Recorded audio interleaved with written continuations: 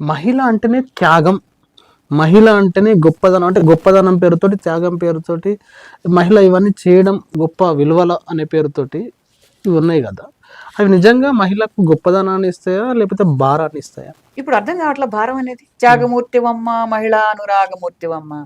అనురాగం ఏమిటం తప్ప, అనురాగం రాని రాని దగ్గర నుంచి అనురాగం ఏం రేపాల? అవతల నుంచి అనురాగం వస్తేనే కదా నేను అనురాగం ఇచ్చేది. ఆ ఊరి నుంచి ఈ ఊరెంత, ఈ ఊరి నుంచి ఆ ఊరు కూడా, బోత్ సైడ్స్ ఉంటుంది కదా. మరి అనురాగమూర్తివమ్మ అని అంటే అనురాగమూర్తివమ్మ నాకే ఎందుకు చెప్తావు, మగాడికి ఎందుకు చెప్పవు? అందరికీ అనురాగం అందరికీ ఉండాలి, ప్రేమలు అందరికీ ఉండాలి, త్యాగం అందరికీ ఉండాలి. త్యాగం అంటే ఏంటి? ఏమిటి త్యాగం అంటే?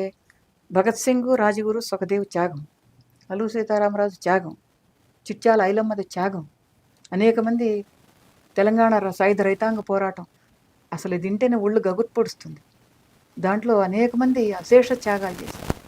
సమాజం ఒక అడుగు ముందుకు పోవడం కోసం వాళ్ళు త్యాగాలు చేశారు. భూమి కోసం, భుక్తి కోసం త్యాగాలు చేశారు. వెట్టి చాకరి విముక్తి కోసం త్యాగాలు చేశారు. దొడ్డి కొమ్మరైతే త్యాగం. ఏ త్యాగం గురించి నువ్వు మాట్లాడుతున్నావు? ఆ త్యాగాల గురించి మాట్లాడుతున్నావా? ఆ త్యాగాల గురించి మాట్లాడితే నేను కూడా రెడీ త్యాగం చేయడానికి. సమాజం ఒక అడుగు ముందుకు పోతుంది, సమాజానికి ఉపయోగపడుతున్నాను అనుకుంటే నేను రెడీ. నువ్వు ఆ త్యాగం గురించి మాట్లాడుతున్నావు. కుటుంబాలు అందరి కోసం నువ్వు త్యాగం చేయి అంటున్నావు. అంటే నువ్వు వింటోకుండు, నువ్వు వంట చేసి పెట్టు, నువ్వు అవతల వాళ్ళకి ఏం ఆకలో నీ ఆకలి గురించి నువ్వు ఆలోచించుకో, అవతల వాళ్ళ ఆకలి గురించి నువ్వు ఆలోచించు, నా ఆకలి గురించి నేను ఆలోచించక్కర్లా. అందరికి పెట్టిన తర్వాతనే వంట చేస్తాం, గుమ్మగుమ్మలు ఉంటాయి, అయినా కానీ మేము తినం. ఎందుకు తినం అంటే ఇదిగో అందరికీ పెట్టాలి ముందు, మన కడుపు కట్టుకునేనే కానీ అందరికీ పెట్టాలి. పెట్టొద్దని కాదు నేను అనేది. అది అందరూ చేసుకోవచ్చు కదా. ఇంటిల పాది అందరూ ఒకళ్ళు కూరగాయలు కోయొచ్చు, ఒకళ్ళు పొయ్యి మీద పెట్టవచ్చు, ఒకళ్ళు ఇంకోటి చేయొచ్చు, ఒకళ్ళు బట్టలు పిండి ఆరేయచ్చు, ఇంకొకళ్ళు జాడుపచ్చ ఇల్లు శుభ్రం చేసుకోవచ్చు. తల ఒక పని చేసుకుని బయటపడని అనొచ్చు కదా. అందరి కోసం నువ్వే త్యాగం చేయాలని త్యాగాల చిట్టా అంతా నానెత్తిన రుద్దుతావు అంటున్నాను నేను. ఓ పక్కన త్యాగాల చిట్టా అంతా నానెత్తిన రుద్దుతావు. చూడమ్మా ఎంత ఎఫెక్టివ్గా ఉంటుందో చూడు. ఇంట్లో అన్ని పనులు చేసుకుంటుంది, పిల్లలను చదివిస్తుంది, పిల్లలకు హోంవర్క్లు చేస్తుంది, పిల్లల్ని స్కూల్కి పంపుతుంది, తను టకటక ఇంట్లో పనులు చేసుకుంటుంది, ఉద్యోగానికి వెళ్తుంది. అది ఒక గొప్పదనంగా చెప్తున్నారు. నాకేమన్నా 4 కాళ్ళు 4 చేతులు ఉన్నాయా? అనివార్యమే చేస్తున్నావు, అది వేరే సంగతి. కానీ ఎప్పుడో మిషన్ ఆగిపోద్ది. అర్థమవుతుందా? ఈ బరువుతోటి పని కానీ ఆ మిషన్గానే ఉండాలి కదా. అది మోకాళ్ళ నొప్పులు వచ్చి కూలబట్టడం, లేదంటే ఇంకొకటి రావటం, లేదనంటే కాస్త సున్నితంగా ఉండేవాళ్ళు అయితే బ్రేక్ అవ్వటం, రకరకాలు నడుస్తాయి. లేదంటే తిరగబడితే గయ్యాలంటాంటివి భరించలేక నోరేసు పడతారు. వామ్మో నోరేసు పడుతున్నారు అంటే గయ్యాలి అని మీరు ఒకటి అన్నారు కాబట్టి, ఈ మధ్యకాలంలో కొన్ని హత్యలు, భర్తలను భార్యలు, ఒక అమ్మాయి డ్రమ్లో కుక్కి చంపిందని, ఒక అమ్మాయి కుక్కర్లో అది చేసిందని, ఇలాంటివి ఈ మధ్యకాలంలో ఒక 5-6 సంఘటనలు పెద్ద ఎత్తున మీడియాలో డిబేట్లు, సోషల్ మీడియాలో డిబేట్లు. అంటే మహిళలు భర్తలను చంపినప్పుడు మహిళా సంఘాలు ఎక్కడ ఉంటున్నాయి, అంటే మహిళా సంఘాల బాధ్యత కాదా అనే ఆర్గ్యుమెంట్ ఒకటి. నేను నా దగ్గరకు వచ్చిన కేసు ఒకటి చెప్తా.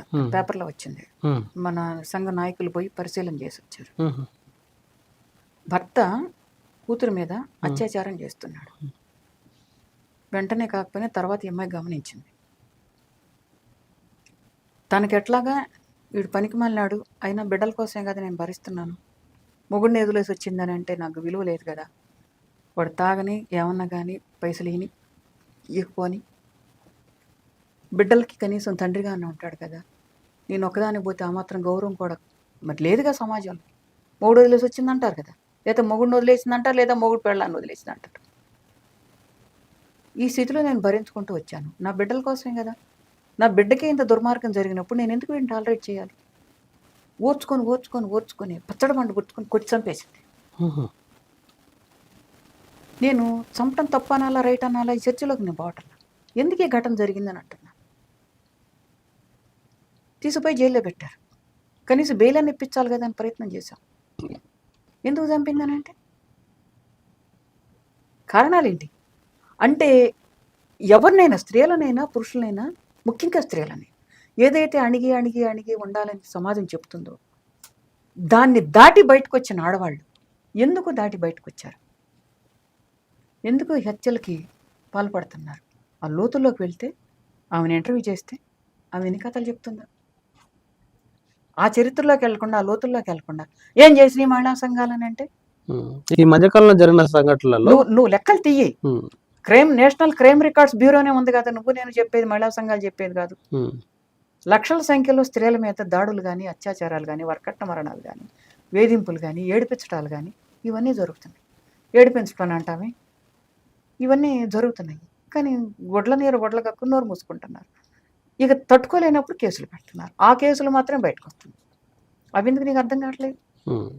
అంటే ఇక్కడ మహిళలకు సంబంధించిన ఇట్లాంటి విమర్శలు పెట్టే వాళ్ళలో నిగూఢంగా ఎక్కడో స్త్రీ అంటే ఎక్కడ ఉండాలో అక్కడే ఉండు, గడప లోపలే ఉండు, గడప బయటకు రావద్దు అనే ధోరణి అంతర్లీనంగా చాలా బలంగా ఉంది.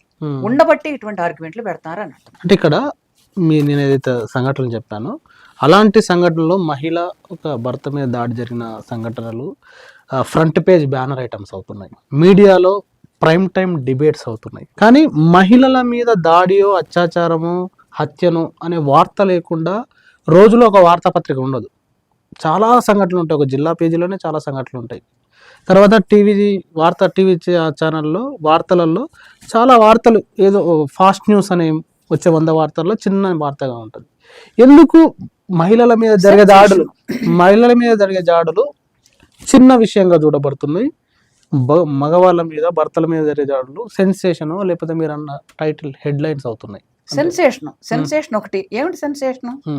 భర్త భార్యను కొట్టడం సహజం, మనం యాక్సెప్ట్ చేసేస్తున్నాం.